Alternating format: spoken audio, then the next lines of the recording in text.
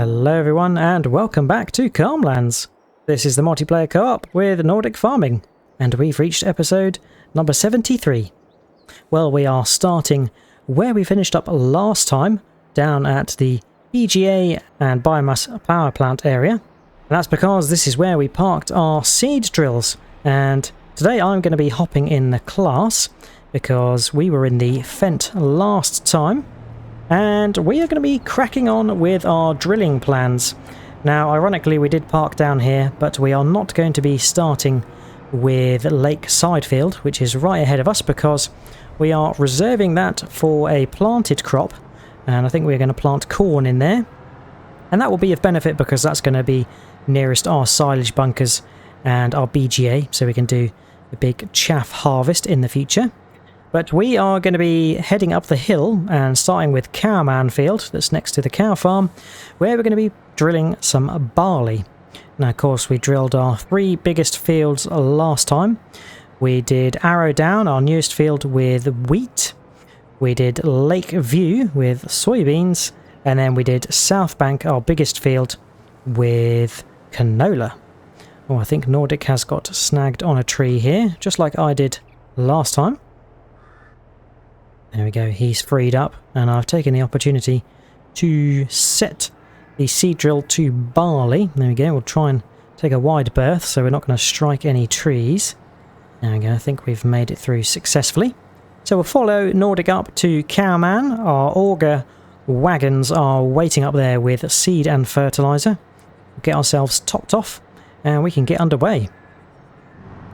Following Nordic into the trees. And after today, we should hopefully have all of our fields drilled, and then the last field planted, and that'll be every field with a crop in.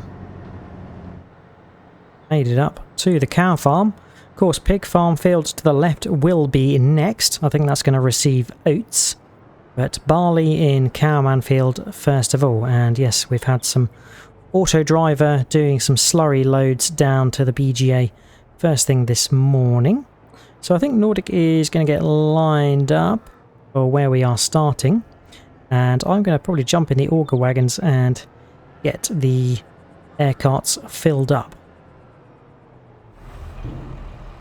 Right, we're in the JCB and that has the fertiliser in, so we'll swing by the 2 air carts and get them topped up. There we go, that's filled up nicely. Swing over here and top up Nordic as well. He's just been setting up the GPS track for us.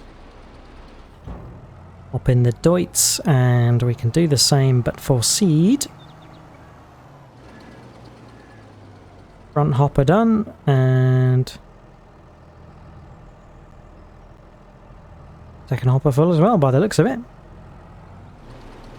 Filling up Nordic's hopper with seed as well. There we go. That is all set. So we can get our auger wagon drivers back to their waiting points, and then we can get started drilling. Okay, so we are ready to go. We can open up the old GPS menu and load the track that Nordic has created. I think we will make sure we've got the auto width set. Yeah, 64.96 feet. And if we go here, we should see we've got Cowman Drill. There we go. So that should work. Hopefully it's going to tell us which track we are on. Yes, we're on +4, so that sounds about right. We can turn around to here, get into starting position. We'll do 1 headland like we normally do, and then break into the rows. So this should say row 0 as we approach. Yep, it does. Perfect. Okay, right, we'll start on the bend because why not? Let it fold on down. Close the covers to the air cart, of course. Can't be losing seed and fertiliser as we're bumping along. Switch on, lower away, and get back to some drilling.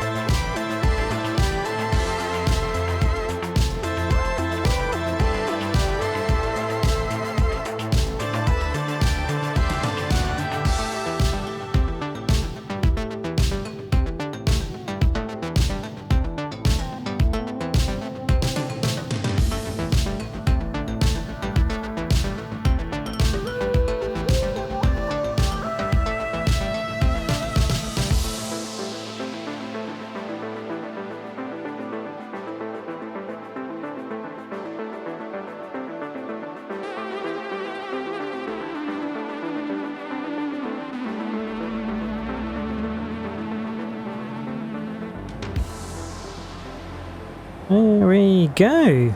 Cowman field all drilled. Switch off the air cart and fold up. And it's only a short trip up the road to Pig Farm Field, where we are going to be drilling oats. So whilst I remember, I will select oats. There we go. One along on the chain of crop selection.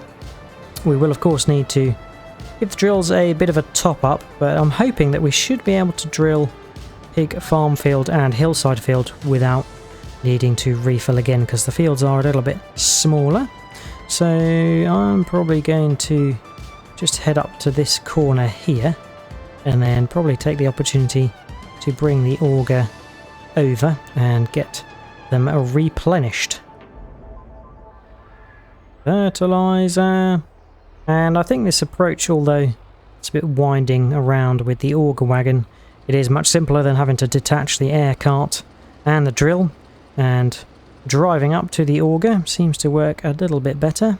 Right, seed next.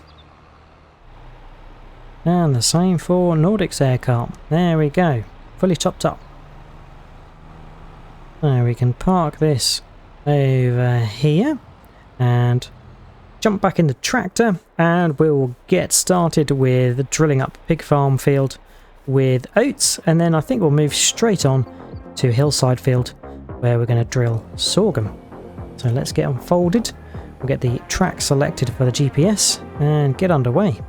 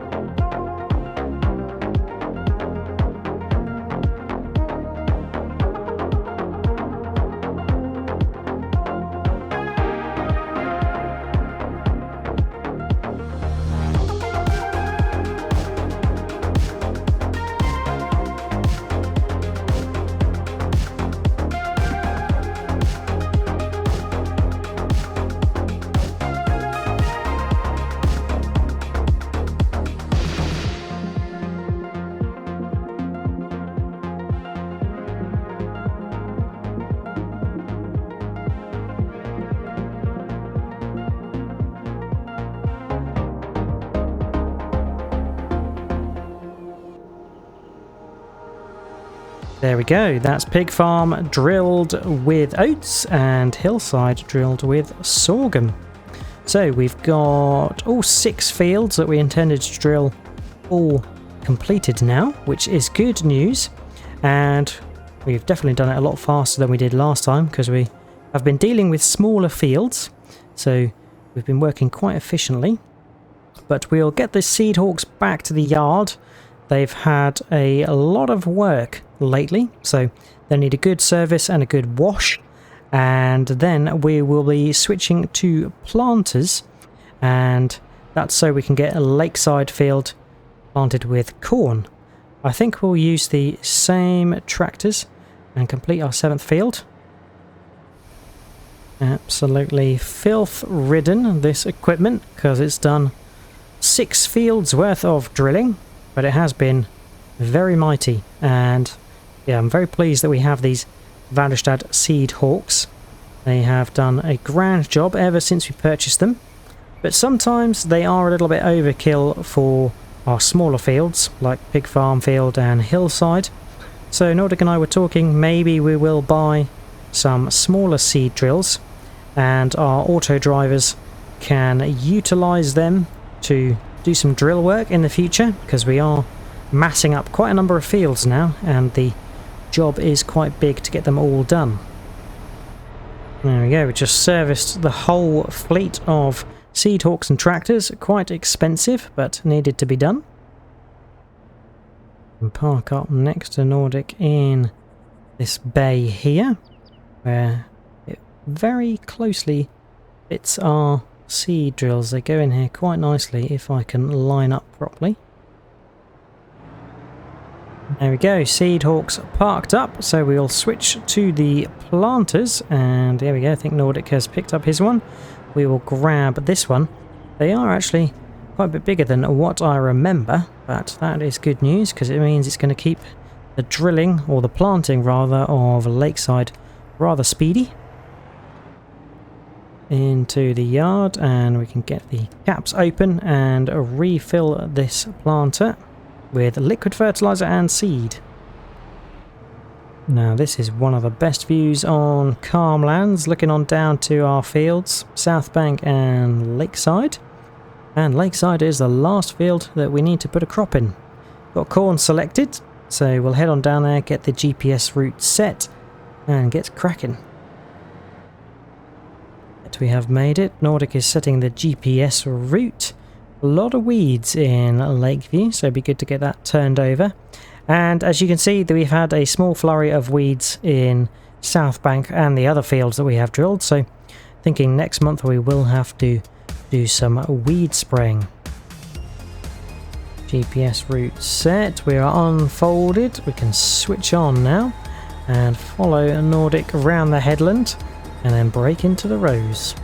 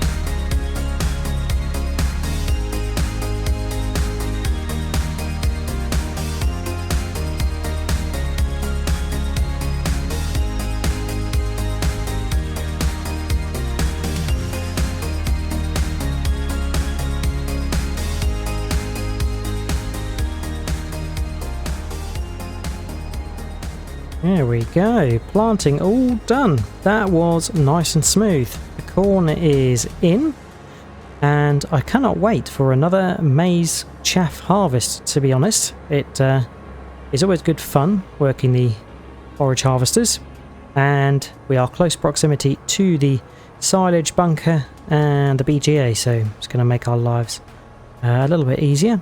Nordic needs to fold up before he can weave through the woodlands. We're going to get washed up, parked up, and then we've got some time left today, so I think we're going to try and tackle one of the silage bunkers to get the silage into the BGA. And yes, there's one that's about 25% full and one that's 100% full. So we'll focus on the smaller one, and then possibly next time we'll start off by clearing that big one. And Nordic has had a great idea to potentially try and use our mother bin to fill that up and then use that to deposit the silage into the BGA. So we'll have to give that a go. The yard really does look full now. We've even got stuff parked not under cover, so we are going to have to do a little extension at some point. Right, there's a lorry there. I was not expecting that to be there, but we'll do another wash up and service. Popped in the JCB, we can get the auger wagons parked up, and then I think we'll use this to run down to the BGA so we can do some of the silage shifting. Right, the augers are parked up. Nordic has jumped in the T8 and we are heading off down to the BGA to get some silage shifting on the go. The fast track is definitely faster than the T8, that's for sure.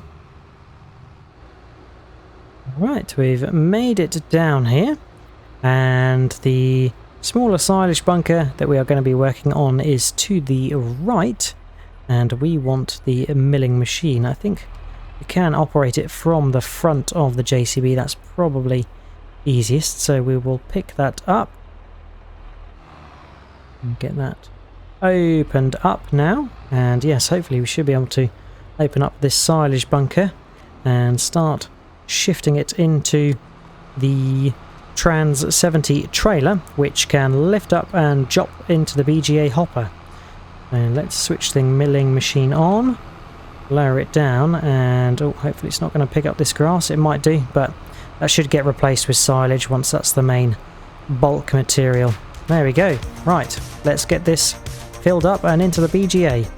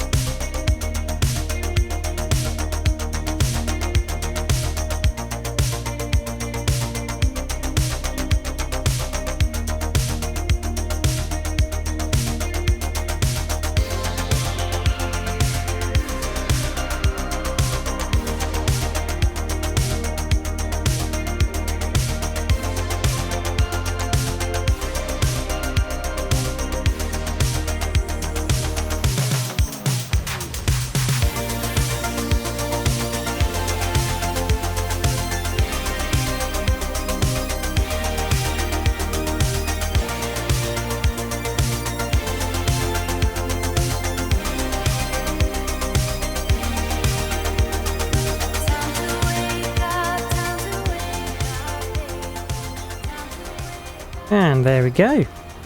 Had to go into bird's eye view just to get the last remnants, but this bunker is now empty.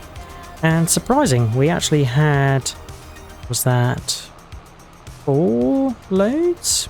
I think so. My memory is not serving me very well, but more loads than I was expecting in order to get that cleared out. Now we have an even bigger bunker, well, not a bigger bunker, but a bunker that has more silage in it than the one we've just cleared. So that is where we're going to try and utilize our mother bin next time to get that cleared out. But we can drop off the milling machine. It's very useful, that milling machine. And let's probably have a little look at how much we have in our BGA. Oh, there we go, 403,000 litres of silage. Now this does get topped up regularly by our 2 fermenting silos, where we have chaff being fermented. There's 1.1 million litres of chaff in one and 195,000 litres in another, so definitely not short of silage, but these fermenting silos are quite slow, so it's nice to give them a good boost with what we've got in the bunker. Now, of course, we've got some slurry in here as well, which comes from the cow farm and the pig farm. 132,000 litres left to process. So the BGA really is probably one of our biggest income points. That is it for today. Hope you have enjoyed watching. If you have, remember to drop a like and subscribe. If you've got any tips, tricks or things you'd like us to do, feel free to leave a comment and check out Nordic's channel for his perspective of today's session. Until next time on Calmlands, we'll see you then. Cheers all. Bye bye.